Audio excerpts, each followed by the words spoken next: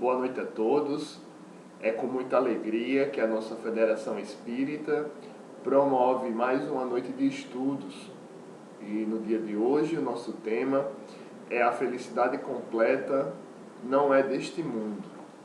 Muitas vezes, pelas situações que a gente passa na vida, a gente se contesta por uma meta não atingida, por uma dificuldade financeira, por um problema amoroso, por um problema familiar, às vezes por uma situação de saúde e até mesmo nos nossos relacionamentos sociais.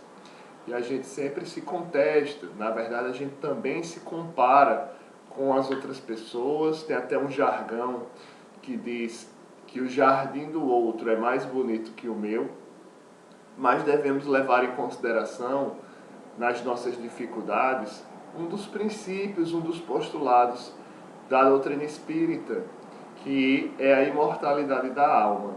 Além disso, devemos lembrar de outro, que é a pluralidade das existências, que o espírito é sempre um progresso contínuo. O progresso é uma lei universal. E dentro da pluralidade das existências, esta nossa reencarnação é uma oportunidade que nós temos de aprendizado e de trabalho. Há outro postulado espírita, que é a pluralidade dos mundos habitados, que já é o ensinamento trazido por Jesus no Evangelho de João, no capítulo 14, versículo 2, quando ele fala: muitas moradas na casa do meu Pai. Nós devemos ter fé diante dos nossos problemas, nós devemos ter confiança diante das nossas vicissitudes e termos a certeza de que Jesus está no comando, Jesus está no leme e é o nosso governador espiritual. Devemos também levar em consideração que todos nós, particularmente, temos um anjo da guarda, que é um espírito protetor, que é um espírito amigo, que está conosco desde o nosso planejamento reencarnatório e que nos intui diariamente, nos aconselha, torce pelo nosso desenvolvimento, está ligado conosco através de laços de amor. E os laços de amor, eles são muito coesos. Os laços de amor, eles são muito firmes, são muito sólidos. Além disso, devemos também lembrar que Deus está no comando de tudo. Deus, a existência de Deus, é o porquê de tudo que nos acontece. E Deus não quer o nosso mal. Se Deus quisesse o nosso mal, nem sequer teria nos criado. Se Deus quisesse o nosso mal, nem sequer nos teria dado a oportunidade de reencarnar. Então nós temos, a doutrina espírita nos apresenta vários aspectos, dentre os quais a gente destaca 5, que são os postulados, que são a base do pensamento espírita, que nos ajuda nos nossos processos de dificuldade, naqueles momentos em que a nossa fé estremece, em que pensamos que estamos sozinhos, que questionamos se Deus nos abandonou. Mas nós não estamos sozinhos. Outro postulado espírita é a comunicabilidade dos espíritos. A gente pode fazer uma oração, a gente pode fazer uma prece, a gente pode sim pedir ajuda, não tão somente ao nosso anjo guardião, mas aos espíritos mais evoluídos que a gente, que trabalham incessantemente para a evolução do mundo.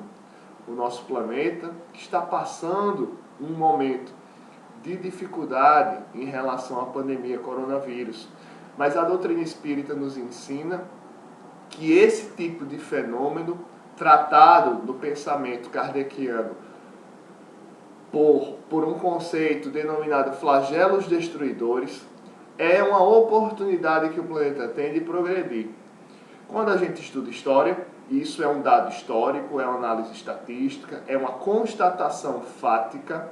As grandes catástrofes, elas são cíclicas. Aproximadamente a cada 100 anos, nós temos grandes catástrofes de proporções mundiais. E o pensamento espírita nos ensina, através desse tema, flagelos destruidores, que tem no Livro dos Espíritos, que essa situação, nesse tipo de situação, é uma oportunidade de progredirmos moralmente. Não à toa que sempre se trabalha sentimentos como solidariedade, sentimentos como fraternidade, nesse tipo de situação. Mas o que fazer realmente quando a gente passa por um momento de dificuldade, que a gente se sente enfraquecido, que a gente se sente sensibilizado?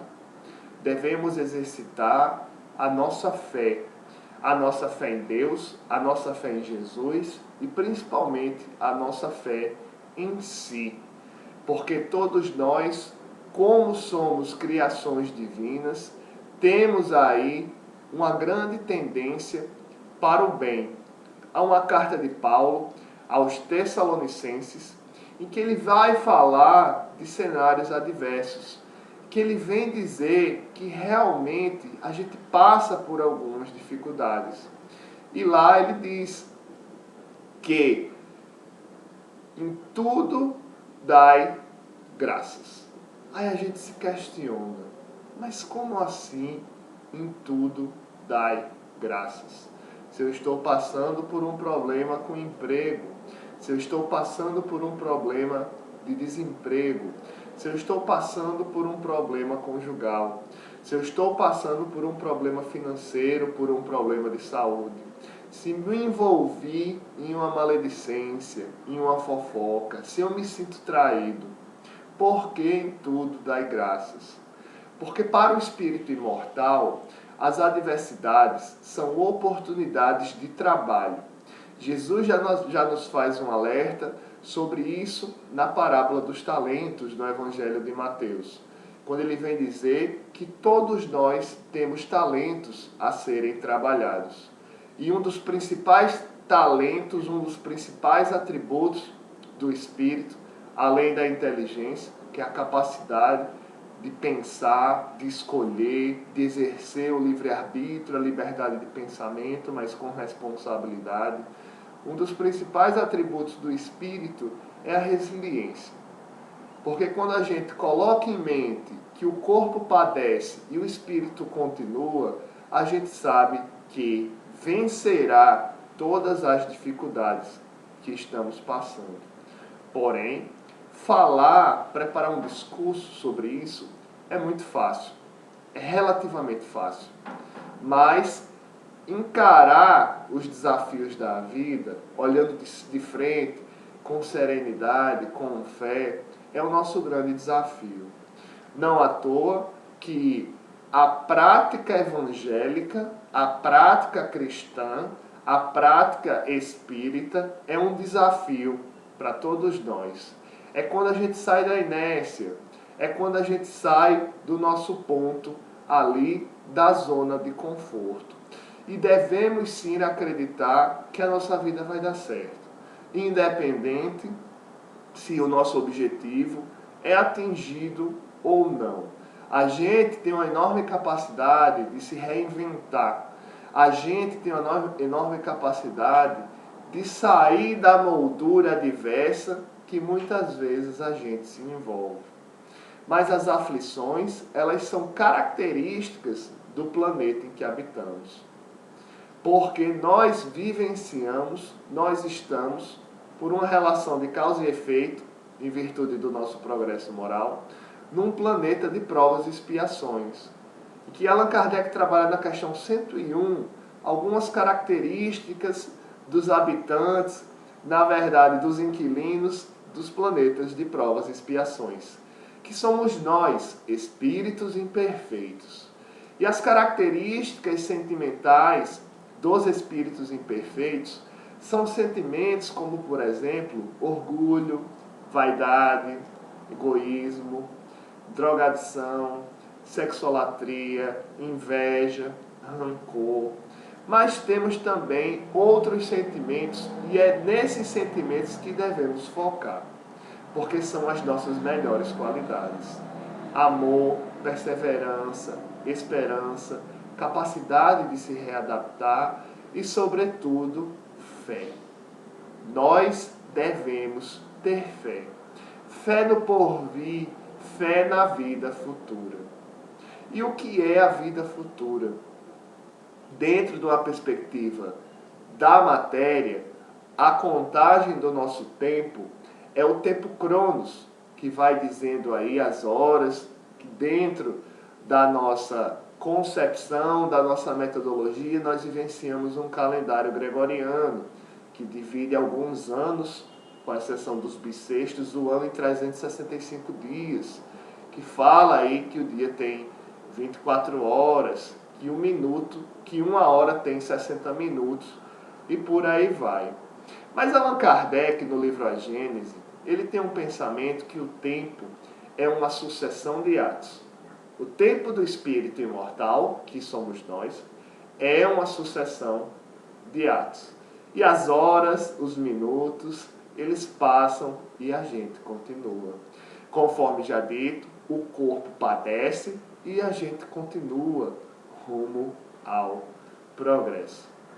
Paulo, nessa carta aos Tessalonicenses, em que já foi citada, quando ele fala que em tudo dai graças, aí ele vem se justificar porque em tudo dai graças.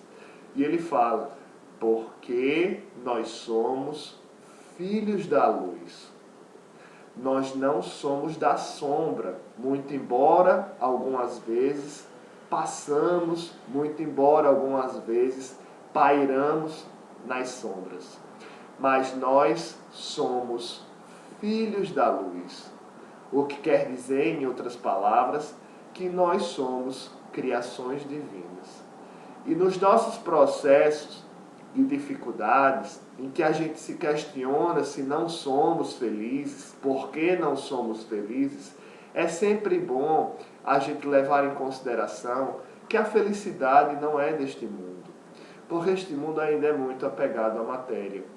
E Jesus, numa conversa com Pilatos, na sua prisão, quando foi preso, levado a Pilatos, que Pilatos questiona, tu não é rei? E Jesus responde, o meu reino não é deste mundo. Jesus ali faz uma referência a duas perspectivas. Primeiro, a pátria espiritual, de onde todos nós viemos. E segundo, que esse planeta em que ele habitou aquela época, naquela encarnação, Jesus, ele encarnou no planeta Terra, não reencarnou. Ali a gente tem que ter a noção que esse tipo de planeta em que a gente vive não é ainda o melhor, não é ainda o modelo, é apenas uma passagem. E nas nossas vicissitudes a gente tem que se socorrer à fé. E alguns autores nos ajudam a ampliar a nossa perspectiva de fé. Como, por exemplo, Allan Kardec, com o seu Pentateuco Espírita, Livro dos Espíritos, Livro dos Médiuns, Evangelho segundo o Espiritismo, Livro Céu e Inferno e o livro A Gênese. Nós temos outros. E aqui a gente faz um destaque para um pensador francês, contemporâneo de Allan Kardec, chamado Leon Denis. Leon Denis tem um livro incrível chamado O Problema do Ser, do Destino e da Dor. E que em 3 partes desse livro, esse livro é dividido em 3 partes, ele vai trabalhando um raciocínio. Na primeira parte ele fala o problema do ser, os porquês que a gente se questiona, as nossas crises existenciais, quando a gente realmente se recolhe intimamente e se faz ali algumas perguntas da nossa existência. Segundo, o problema do destino, que o problema do destino nada mais é do que uma prestação de contas que nós temos com a divindade, uma prestação de contas que nós temos com Deus. Na questão 171 do Livro dos Espíritos, Allan Kardec questiona os espíritos que trabalharam na codificação em que dogma se baseia a reencarnação. Os espíritos apresentam uma resposta relativamente grande e que a gente faz um resgate. E eles falam que a reencarnação ela se baseia na lógica. Como assim na lógica? como assim a gente vive de novo? Para quem aí, porventura, não seja espírita. E a gente traz dois recortes. Primeiro, o diálogo de Jesus com Nicodemos, que tem no Novo Testamento, Nicodemos, um doutor da lei, procura Jesus ao anoitecer para saber um pouco sobre a obra de Deus numa concepção cristã. E Jesus, naquele diálogo, vai dizendo que para conhecer o reino dos céus, para conhecer o reino do Pai, é possível, na verdade, nós obrigatoriamente devemos nascer de novo. É impossível não conhecer o reino de Deus se nós não nascermos de novo. E Nicodemos questiona, mas como assim eu tenho que voltar para o ventre da minha mãe? Aí onde entra a lógica da reencarnação. E Jesus, naquele diálogo, vai alertar Nicodemos que ele precisa refletir um pouco mais sobre a obra divina. E a obra divina, ela se baseia em oportunidades de reencontro, de misericórdia e principalmente de esperança. A felicidade não é deste mundo. No Novo Testamento, Jesus fala muito em aflição. Bem-aventurados os aflitos, porque serão consolados. Vinde a mim os que estão cansados e sobrecarregados, porque eu vos aliviarei, porque o meu fardo é leve e o meu jugo é suave. No Evangelho de Mateus. No Evangelho de João, ele diz que os sãos não precisam de médico, mas sim os doentes. E aos doentes da alma, digamos assim, que Jesus oferece a sua misericórdia. No Evangelho de Lucas, Jesus nos traz a questão da parábola do bom samaritano, mas é no Evangelho de João em que ele nos dá uma dica sobre as aflições. Capítulo 15, versículo 33. No mundo tereis aflições, mas tendes bom ânimo, porque eu venci o mundo. Então, quando Jesus nos recomenda bom ânimo, ele quer dizer que tenhamos esperança. Estamos em setembro, mês de valorização da vida. Jesus nos apresenta a vida em abundância na passagem do Bom Pastor, no capítulo 10 do Evangelho também de João. E ele diz que é a porta, eu sou a porta, quem passa por mim terá vida em abundância. A felicidade que a gente tanto questiona, a felicidade que a gente tanto quer, ela vem com o tempo. E não é nesta reencarnação. Esta reencarnação é uma fase, digamos assim, preparatória, em que nós temos a oportunidade de deixar predominar a matéria para que prevaleça o espírito, o amor. Jesus já nos recomenda a César o que é de César, a Deus o que é de Deus. E Deus é amor, é esperança, é empatia, a capacidade de se colocar no lugar do outro. E Jesus nos congrega a isso, de a gente acolher, de a gente compreender e de a gente ajudar. Prestes a ser preso, Jesus reúne os seus discípulos, reúne os seus apóstolos e fez uma advertência para eles que vale para a gente até hoje.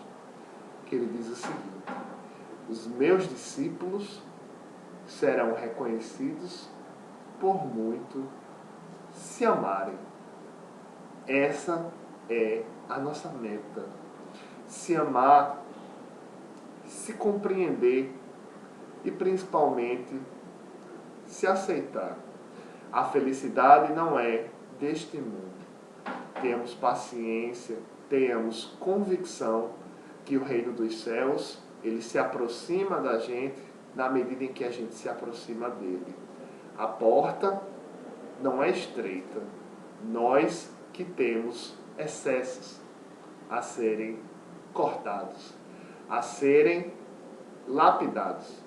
E o nosso excesso são as paixões da matéria. Que possamos refletir sobre isso e termos dias de esperança e principalmente de felicidade com Jesus. Um abraço a todos.